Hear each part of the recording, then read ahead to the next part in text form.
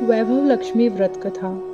एक बड़ा शहर था। इस शहर में लाखों लोग रहते थे। पहले के जमाने के लोग साथ साथ रहते थे और एक दूसरे के काम आते थे। पर नए जमाने के लोगों का तो स्वरूप ही अलग सा था। सब अपने अपने काम में रत रहते हैं। किसी को किसी की परवाह नहीं। घर के सदस्यों को भी एक दूसरे की परवाह नहीं होती। भजन कीर्तन, भक्ति भाव, दया माया, परोपकार जैसे संस्कार कम हो गए हैं। शहर में बुराइयां बढ़ गई थी। शराब, जुआ, रेस, व्यभिचार, चोरी डकैती वगैरह बहुत से गुनाह शहर में होते थे। कहावत है कि हजारों निराशा में भी एक अमर आशा छिपी हुई होती है। इसी तरह इतनी सारी बुराइयों के बावजूद शहर में कुछ अच्छे लोग भी रहते थे। ऐसे अच्छे लोग में से एक थी शीला और उसके पति की गृहस्थी मानी जाती थी। शीला धार्मिक प्रकृति की और संतोषी थी। उसका पति भी विवेकी और सुशील था। शीला और उसका पति ईमानदारी से जीते थे। वे किसी भी तरह की कोई बुराई नहीं करते थे। प्रभु भजन में अच्छी तरह से समय व्यतीत कर रहे थे। उनकी गृहस्थी आदर्श गृहस्थी थी और शहर के लोग उसकी गृहस्थी की सराहना करते थे। शीला की गृहस्थी इसी तरह खुशी खुशी चल रही थी। पर कहा जाता है कि कर्म की गति अकल है। विधाता के लिखे लेख को कोई समझ नहीं सकता है। इंसान का नसीब पल भर में उसे राजा से रंक बना देता है और रंक को राजा। शीला के पति के पिछले जन्म के कर्म फल अभी भोगने बाकी रह गए थे कि वह बुरे लोगों की संगति में पड़ बैठा। वह जल्द से जल्द करोड़पति होने की ख्वाब देखने लगा। इसलिए वह गलत रास्ते पर चढ़ गया और करोड़पति की बजाय रोड़पति बन गया। यानी रास्ते पर भटकते भिखारी जैसी उसकी हालत हो गई। शहर में शराब, जुआ, रेस, चरस, गांजा वगैरह बांधियां फैली हुई थी। उनमें से शीला का भी पति फंस गया।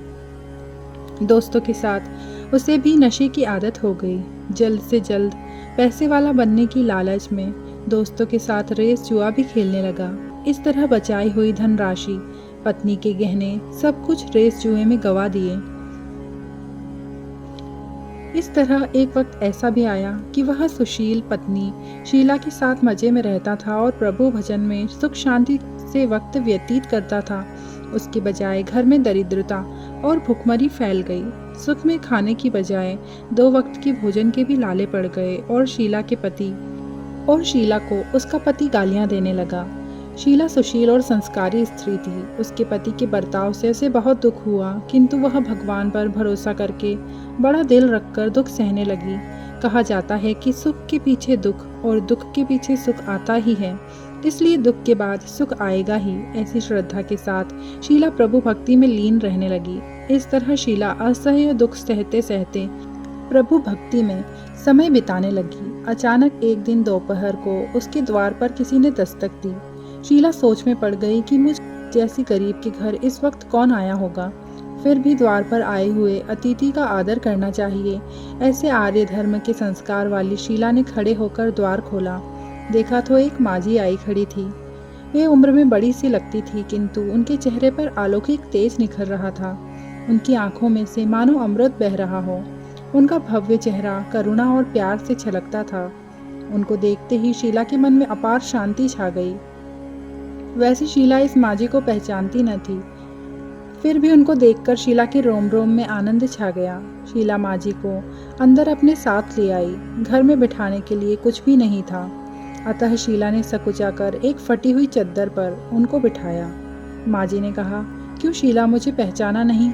शीला ने सकुचाकर कहा, माँ, आपको देखते ही बहुत खुशी हो रही है, बहुत शांति हो रही है। ऐसा लगता है कि मैं बहुत दिनों से जिसे ढूंढ रही थी वो आप ही हैं, पर मैं आपको पहचान नहीं सकती। माजी ने हंसकर कहा, क्यों, भूल गई? हर शुक्रवार को लक्ष्मी जी के मंदिर में भजन कीर्तन होते हैं, तब मैं भी वहाँ आती हूँ। वहाँ हर शुक्रवार को हम मिलते हैं। पति गलत रास्ते पर चढ़ गया। तब से शीला बहुत दुखी हो गई थी और दुख की मारी वह लक्ष्मी जी के मंदिर भी नहीं जा पाती थी। बाहर के लोगों के साथ नज़र से नज़र मिलाते भी उसे शर्म लगती थी। उसने याददाश्त पर जोर दिया, पर माजी उसे याद नहीं आई। तभी माजी ने कहा, तू लक्ष्मी जी के मंदिर में कितने मधुर भजन गाती थी, अभी अभी तू दिखाई नहीं देती थी, इसलिए मुझे हुआ कि क्यों ना मैं तुझसे मिलने आ जाऊं। कहीं तू बीमार तो नहीं हो गई? ऐसा सोचकर मैं तुझसे मिलने आई। माजी के अति प्रेम भरे शब्दों से शीला का हृदय पिघल गया। उसकी आंखों में आंसू आ गए। माँ जी के सामने वह बिलख बिलख कर रोने लगी। यह देखकर माँ जी शीला के नज़दीक सरकी और उसकी पीठ पर हाथ रखकर बोली तथा सांत्वना देने लगी।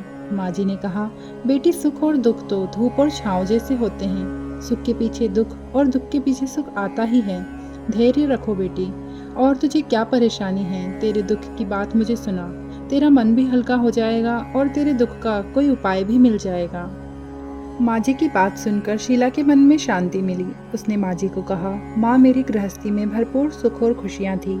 मेरे पति भी सुशील थे। भगवान की कृपा से पैसे की भी हमें कोई दिक्कत नहीं थी। गृहस्थी का सारा कारोबार, सब कुछ ईश्वर कृपा से अपने आप चल रहा था। यकायक हमारा भाग्य हमसे रूठ गया। मेरे पति को बुरी दोस्ती हो गई। बुरे दोस्तों की वजह से वे शराब, जुआ, रेस, चरस, गांजा वगैरह खराब आदतों के शिकार हो गए और उन्होंने सब कुछ गंवा दिया और हम रास्ते के भिखारी जैसे बन गए। यह सुनकर माँ जी ने कहा, सुख के पीछे दुख और दुख के पीछे सुख तो आता ही है। ऐसा भी कहा जाता है कि कर्म की गति न्यारी होती है। हर इंसान को अपने कर्म भुगतने ही पड़ते हैं। इसलिए तू चिंता मत कर, अब तू कर्म भुगत चुकी। अब तुम्हारे सुख के दिन अवश्य आएंगे। तू तो माता लक्ष्मी जी की भक्त है। माँ लक्ष्मी जी तो प्रेम और करुणा की अवतार हैं। वे अपने भक्तों पर हमेशा ममता रखती हैं। इसलिए तू धैर्य रख के माँ लक्ष्मी जी का व्रत कर।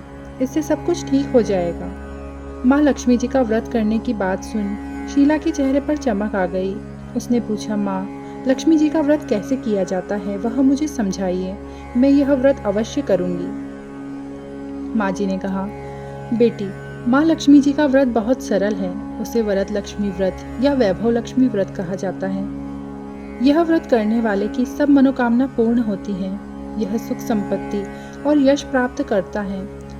ऐसा कहकर माँ जी वैभव लक्ष्मी की व्रत की विधि उससे कहने लगी।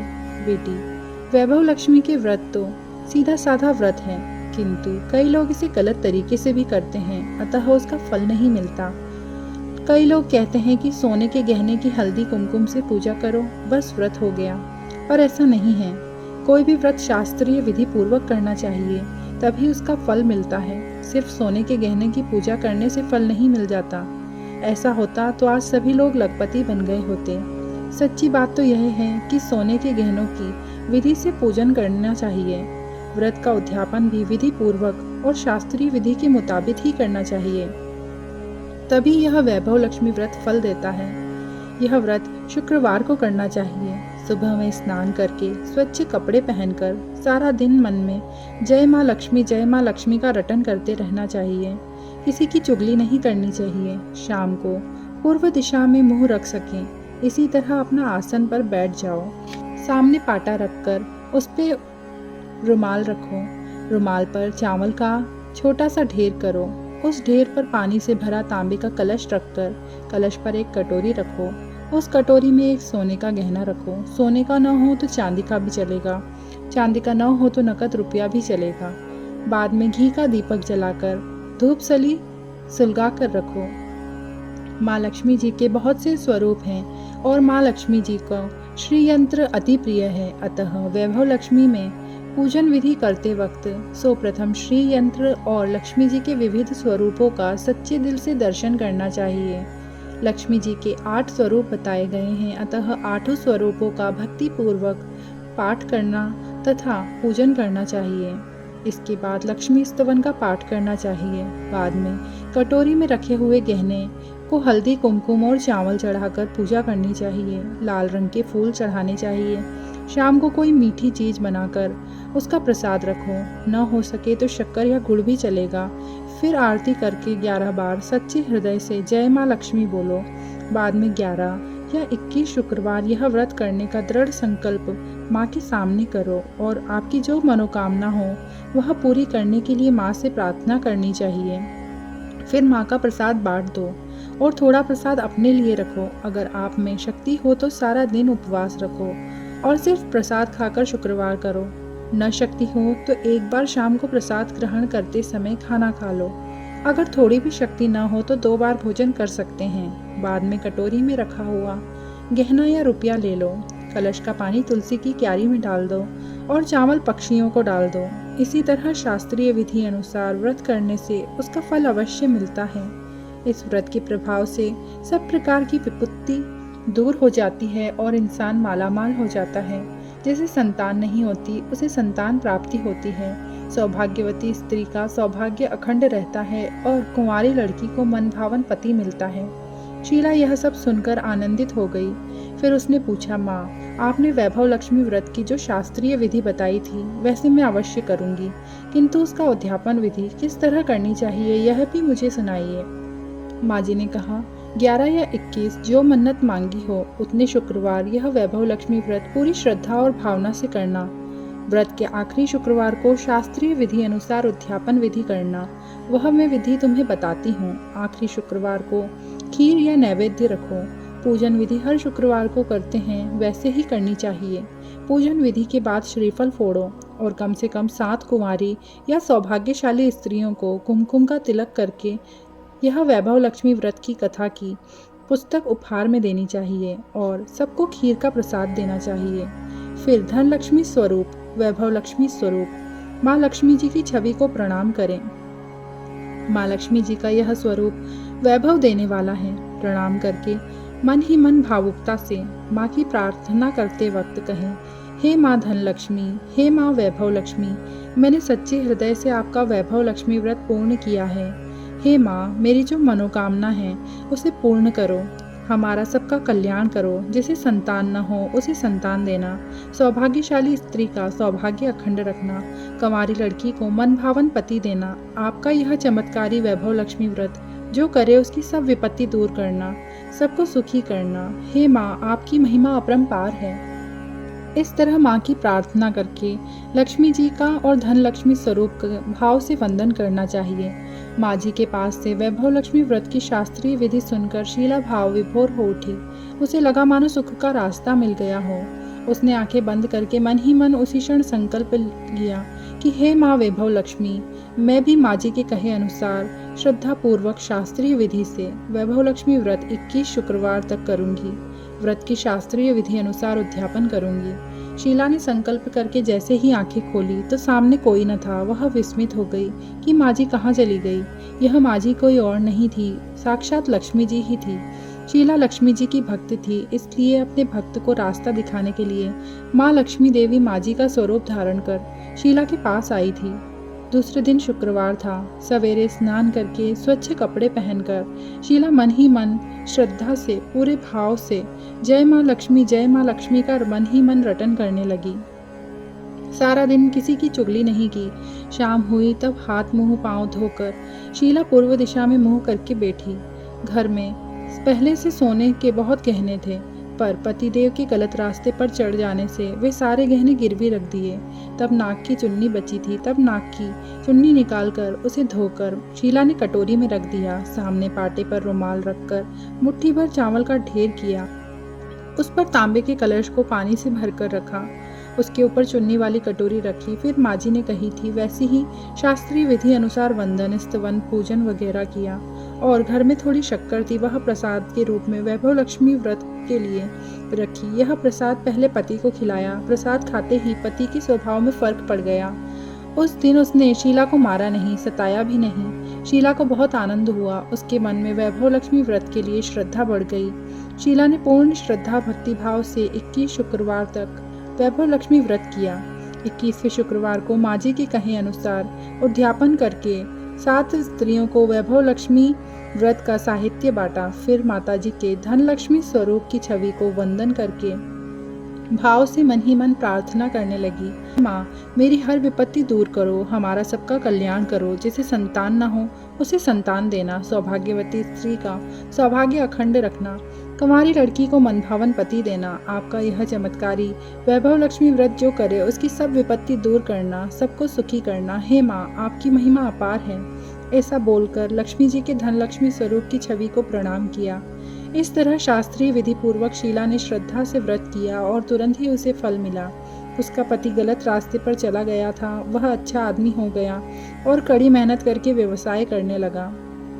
माँ लक्ष्मी जी के वैभव लक्ष्मी व्रत के प्रभाव से उसको ज़्यादा मुनाफा होने लगा। उसने तुरंत शीला के गिरवी रखे गहनों को छुड़ा लिया। घर में धन की बाढ़ सी आ गई। घर में पहले जैसी सुख शांति छा गई। वैभव लक्ष्मी व्रत का प्रभाव देखकर मोहल्ले की स्त्रियां भी शास्त्रीय विधि पूर्वक वैभव लक्ष्मी व्रत करने लगी।